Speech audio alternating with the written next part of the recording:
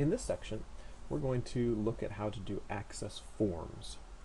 Forms allow employees or users of the database to enter data into the database and see the results of summarized data in a nice way on the computer screen. Reports, on the other hand, are similar to forms, but they're designed to be printed. So let's look at forms. In this database, there's already a form that's been created. If there wasn't, we could go to the Create tab, and there's a number of different ways we can create a form. We can create a form by selecting a particular table and creating a form based off of that table. We can start with a blank form or use the form designer. We can also wander through. There's a wizard to help you create a form. There's a number of different ways that we can use. We can create forms.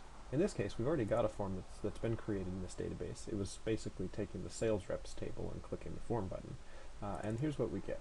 We've got this sales reps table. And on this form, we can go and we can see that this record has got information on the sales reps. Here's Sue Hitchcock. And we can look through all of the different, by selecting these record selectors at the bottom, we can look through all of the different sales reps that are in this form. But it doesn't provide a lot of information, and we want information on orders that this sales rep has been responsible for, some customers that they've sold to, and we want to provide really more information and organize it in a little bit of a more useful way. So forms also have a design view.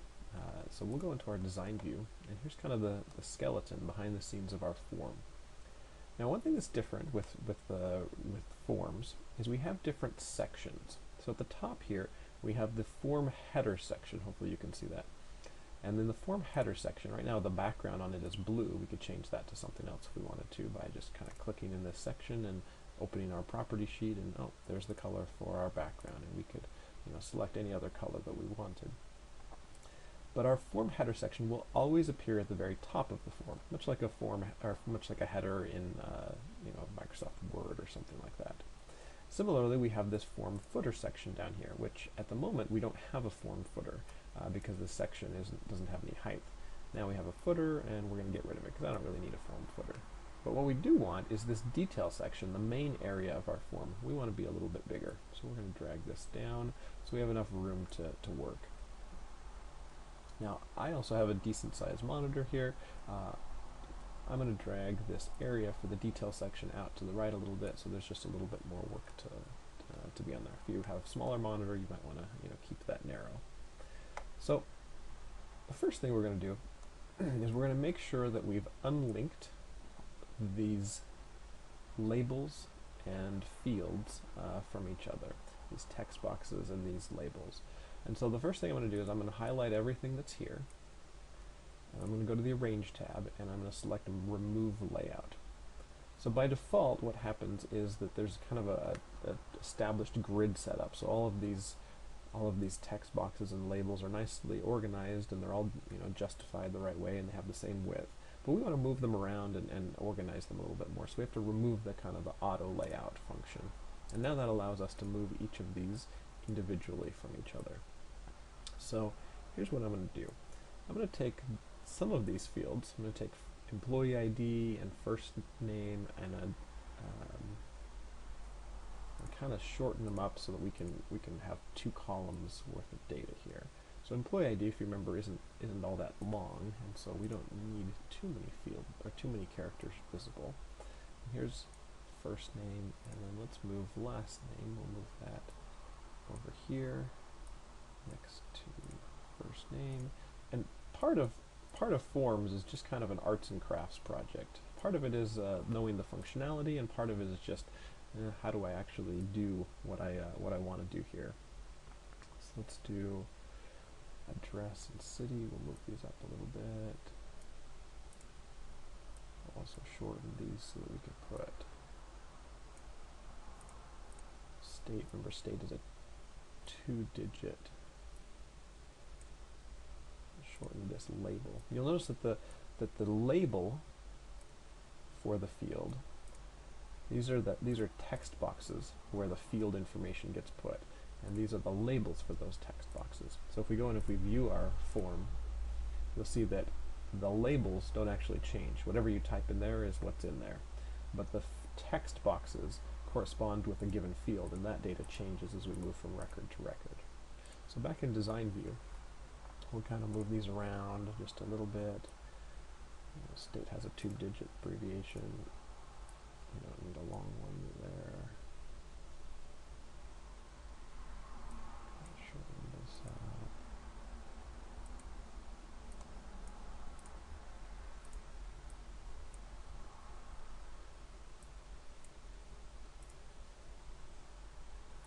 Zip code doesn't need to be quite so long.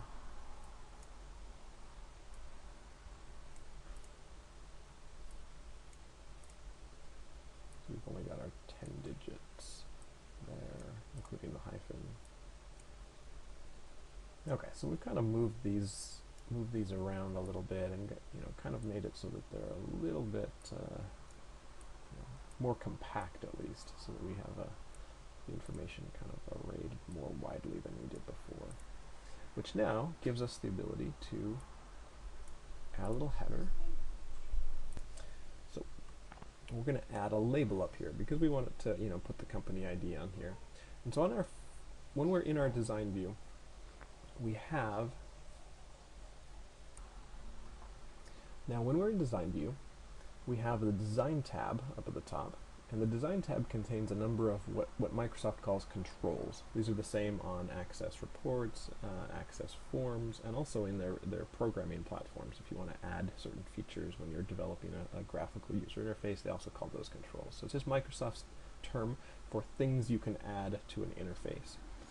And so we've already been playing around with a label control and a text box. Those correspond to this one right here. If you hover over it, you can see the tooltip. Here's the label, and here's the text box.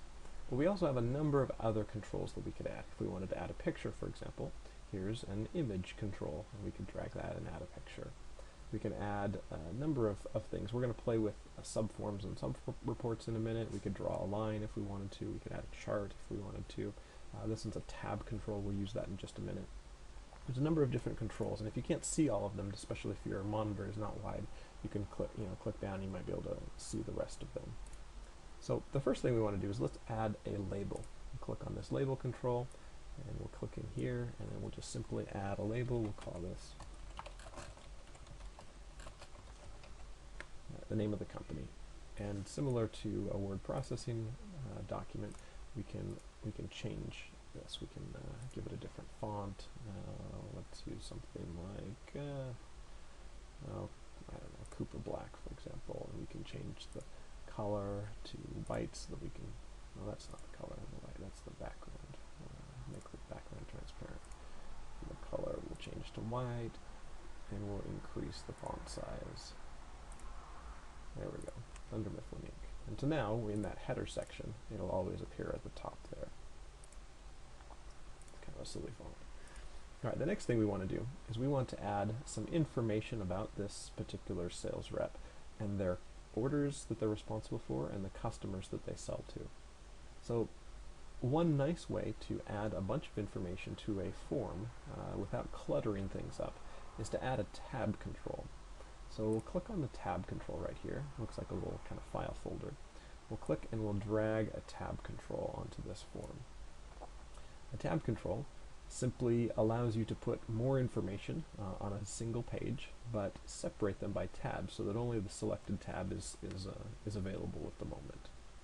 Now, one thing you might notice is the tab control is auto-generated names for these particular tabs. Yours might be different numbers, but it's a page and then some sort of number, depending on how many times you've used Access. We don't really want that to be a label for these particular tab controls, so we're going to change that. Now there's two ways you can do it, the wrong way and the right way. Let me show you the right way. So if you select this page on the tab control so that you can see that there's a little box around the tab name, you can go up here and you can see, okay, what is on the property sheet, you can see, what's the name of that particular item. Well, in Access, you don't really want to change names unless you really know what you're doing, because this is the name that Access uses behind the scenes. What we really want to do is we want to change what the text is on that tab, not the name of it behind the scenes. And so we're going to call this one, we'll call it order totals in the caption property. And what that will do is it will change the appearance of the tab name, even though it doesn't actually change the name of that control behind the scenes. We'll do a similar thing for the other tab. We'll call that customer info. Now our tab controls are going to be functional because we haven't changed the names, but that they have a different caption now. Now that we have our tab controls all labeled to changing the caption property, we now want to put our subforms onto these particular tabs. So the first tab, we want to have information on this particular employee's order totals. We've created queries. We have the form page 1 query, which goes on the first page of this tab control, and that has information on the various orders that are associated with each sales representative, including the order details. And then in the form page 2 query, we have the customers that made those orders associated with each individual sales rep. So what we'll do is the first sub-report or form that we want to create, we're going to use the form page 1 query. Here's how we do that. We use our subform subreport control up in our control section. Click on that, and as you bring your cursor down onto the tab control, the background will turn to black when it's on the tab control. So we want it to be on the tab control. So inside of the black rectangle, we'll just draw our subform subreport control, and it'll bring up the wizard. If you don't get the wizard, then what has happened, let me delete this and we'll come back to it. If you don't get the wizard, then this box right here, the use control wizards, is not selected, and you'll have to select it. But by default, most of you, the wizard will just pop up when you select the subform subreport control, and then click and drag and release, and it'll pop up the wizard. So in this case, what we want to do is we want to create the subform based on an existing query. So we'll use this first option. We'll hit next. We'll find in our drop-down box, we'll find our query form page 1. This query was created particularly for this subform, so we're going to use all of the fields in it. And now Access has to determine, and sometimes it guesses right and sometimes it doesn't, has to determine how to link the main form with the subform. Because what we want to have happen is we want to be able to click from employee to employee from our sales reps table and have it show different order totals, only the ones that are associated with that particular employee. And so there has to be a field that links those two. Much like a primary key and a foreign key link tables together, there has to be a field that links the main form to the subform. And oftentimes it is as a primary key foreign key, but it doesn't have to. So in this case, Access has actually guessed correctly that the sales reps form and the subform, which is the query based on form page 1, are going to be linked using employee ID. But if we weren't sure about that, we could go and we could say, oh, okay, well, it needs to be employee ID from the main form, but it's actually sold by in the subform query, which is the foreign key that just has a different name. And so we'll hit next. It doesn't really matter what we call it. So we'll hit finish, and Access creates our subform on our tab control. Now you notice it has this little label that it automatically generates. I'm not a huge fan of this label, so we'll go ahead and delete it. But it's more of a personal preference thing. And let's look at our form now. So now here's the first record is Sue Hitchcock, and here are the orders with their details associated with Sue Hitchcock. And we can select over, and we can say, oh, okay, well, there's Anjana and Sharon and all of our other employees, and you'll notice there's Jim, and all of the orders that are associated with that sales rep are listed down here, and not any of the others. What might be a little bit redundant, though, is we've used this sold by field to link the main form with this employee ID field to the subform.